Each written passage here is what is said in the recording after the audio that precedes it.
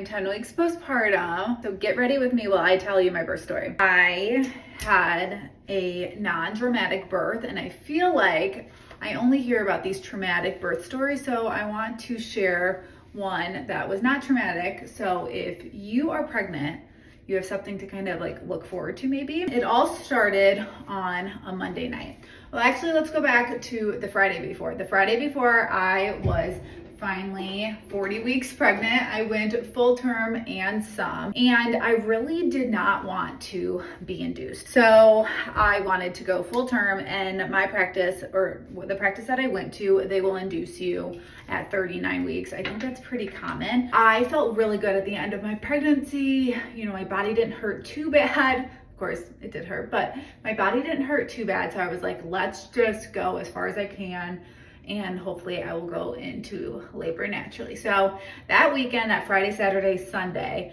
I was doing the curb walking. I think on Saturday I walked like 4 miles because I was like, I am going to walk this baby out. I was finally feeling contractions. I did that series where I was like in the position, like hands and knees. Then I walked up and down the stairs and bounced on a ball. I did everything, and he was not coming out. But Saturday, while I was on my walk, I actually had some decent contractions. So I was really hopeful because at my 39-week appointment, I was 2 centimeters dilated. I knew that like the contractions I was having, even if they were like Braxton's Hicks, they were probably helping me dilate as much as I can. So I was at least excited about that, but they weren't super painful, and they weren't consistent. So I knew that I didn't need to go in. So that was Friday, Saturday, Sunday. So then on Monday was my scheduled induction, and they wanted me to go to the hospital at 7 p.m. So all day I was like resting all day. I basically just sat in my bed and I tried to take a nap because I was like, oh my gosh, you know, I'm going to be so tired. If I'm going to the hospital at like 7 p.m., I'm going to be absolutely exhausted if I end up going into labor tonight. I had no idea how long actually like labor would actually take. So we get to the hospital, and they told me they were going to do the balloon induction, which if you guys don't know what that is, neither do I, but it's basically where they kind of artificially try to expand your cervix and make you dilate more. And I was like, oh, like the nurse was telling me, she was like, oh, it's not painful at all. But like from what I have heard and kind of what she told me after was like, yeah, we're just happy that we didn't have to do that, because they checked me and I was actually 4.5, like 4 centimeters dilated. So I had dilated like 2 centimeters, 2.5 centimeters more, but from my 39-week appointment to like a week, almost a week and a half later. So I was so excited because I was like, okay, my body's doing what it needs to do. And the nurse checked with my doctor, and they said that I didn't have to do the balloon, and I could go home that night and come back the next morning at 7 a.m. They're like, you can decide, like if you want to stay here overnight, you can definitely do that. To like maybe you'll go into labor naturally, or you can come back at 7 a.m. in the morning. And I looked at my husband and I was like, we are leaving because I want to get as much sleep as possible. You know, like at the hospital, you don't have the best sleep, and I wanted my husband to have good sleep because he would have been just sleeping on that couch that probably would not have been comfortable. So we ended up going home. I was very excited, and I could sleep in my own bed, and we woke up the next morning and we had to be at the hospital at 7. So it wasn't like a super early wake up call either. We were able to get enough sleep. I think we both slept like 8 hours that night, like best case scenario. So the next day we wake up. Like also when you have a scheduled induction, like maybe a scheduled C-section, it's kind of weird because the whole time you're pregnant, you're just thinking, you're like, when's the water break? When's the water gonna break? Like you're just expecting your water to break at any point. So of course that did not happen to me. So we had our scheduled induction, and I was nervous. Like I had heard from multiple people that like, do not get induced. Like it makes your labor so much harder. It's just so much harder on the body when you're induced. So that's part of the reason why I did not want to go get induced before I was at 40 weeks. So I waited, and I was a little over 40. I was like 44 by the time this actually happened. So I felt good about that because I was like, you know what? Like I'm pretty far into this pregnancy. I could wait, but my doctors are asking me to not wait. So I was like, let's just do it. who am I to question the medical professionals? And that's kind of been my approach all throughout pregnancy. I did not have a birth plan. My only birth plan was to go in as 2, come out as 3, and to avoid a C-section as much as possible. So we got to the hospital at 7 a.m. I was hooked up on my Pitocin at like 8:30. And I was like, okay, let's go. I wasn't having contractions at that point. So I was on Pitocin and I was walking the halls. Like I was walking the hall so much that my husband was like, I'm dizzy. I have to sit down. And I was like, I want this baby to come as naturally as possible. So my thought was like, if I keep walking the halls, like hopefully my water will break. And that's just like one more thing, or just like the baby will hopefully come out. So I walked the halls for probably like 3 hours. Oh, and let me tell you, I was always getting an epidural. Like that was also part of my birth plan, always getting an epidural. I was never ever going to do this without an epidural. So they had told me, they're like, sometimes the epidural can take up to an hour for them to come in, like just depending on how busy we are in the unit. I was like, okay, so they're like, just tell us about an hour before you think you're gonna want it. So I was like starting to feel contractions, but my whole plan was like, let's just go as pain-free as possible.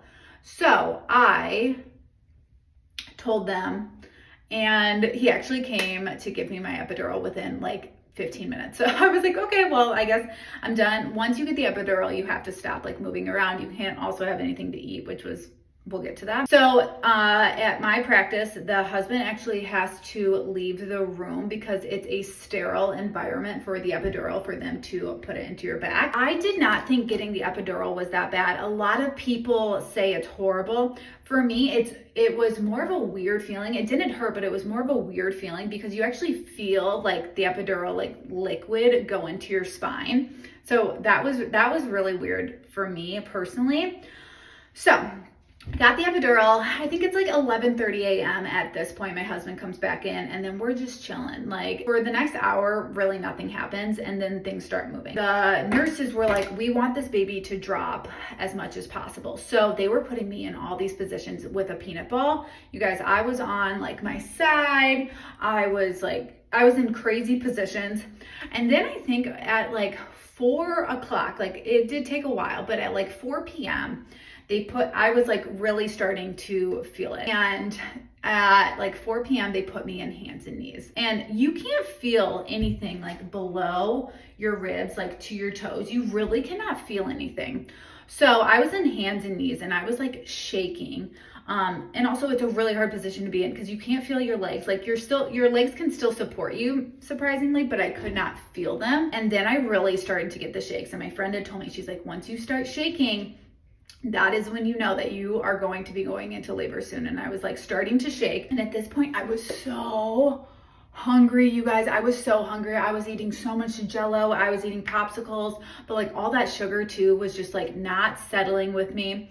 So after 45 minutes of being in hands and knees, and let me tell you guys, it was like it was the weirdest feeling because you don't feel your hands and legs, so you're not in pain, but your body is so tired, especially because you're so hungry. Maybe that's just me. Finally, they flipped me back onto my back after 45 minutes and I threw up. And I also heard that was a good sign. And I do not throw up, you guys. I have not had the flu since 3rd grade. The last time I threw up from being hungover was like 5 years ago. And even before that, I think it was my 21st birthday. Like I do not throw up. My husband was like, this was the first time I saw you throw up. Things really started getting moving. Then I think at this point it's like 5:30. I call my mom and they live like an hour away. And I was like, I will call you when I start pushing because it's going to take you guys an hour. And I assume it's going to take over an hour to have this baby. And so I call her and she was like, and then the next text I get from her is like, okay, we're on our way. I'm like, all right. So they just waited in the parking lot until we had him. But then it was time to start pushing. The doctor came in too at some point and broke my bag of water because that never broke naturally, unfortunately. But I didn't feel it because when you are on an epidural, you don't feel anything. And then I started pushing. And to be honest, you guys, I thought when you have an epidural, you don't feel anything, like you don't feel a single thing. No, that's not true. You still feel pressure. It's not pain, but it's definitely pressure. So I was pushing, and what really helped, and if I don't know if all nurses do this, but I would definitely recommend asking your nurse to, they put their fingers in where you should be pushing. So you can still feel that pressure, because it's different than going to the bathroom. It's just different. If you've never gone through it, then I don't even remember it at this point, which is so funny. But they put your fingers in where they should push. And I was in 3 different pushing positions, which is so funny. I was on my back at first, and I was getting such bad heartburn. Oh my gosh, pushing on my back. The hardest part of labor was the heartburn that I was getting from when I was pushing on my back. And then they put me on my side, and I wasn't good. I was not a good side pusher. That's what they were telling me. They're like, nothing's happening here. So eventually they put me back on my back, and then they put this like bar in front of me, kind of like a Pilates bar where you would put your feet, and they put this like rope on it. That helped too, but ultimately the best position for me was just like feet in the stirrups. Actually, they weren't even in stirrups. Like my husband had a foot and another nurse had a foot, and then I would push.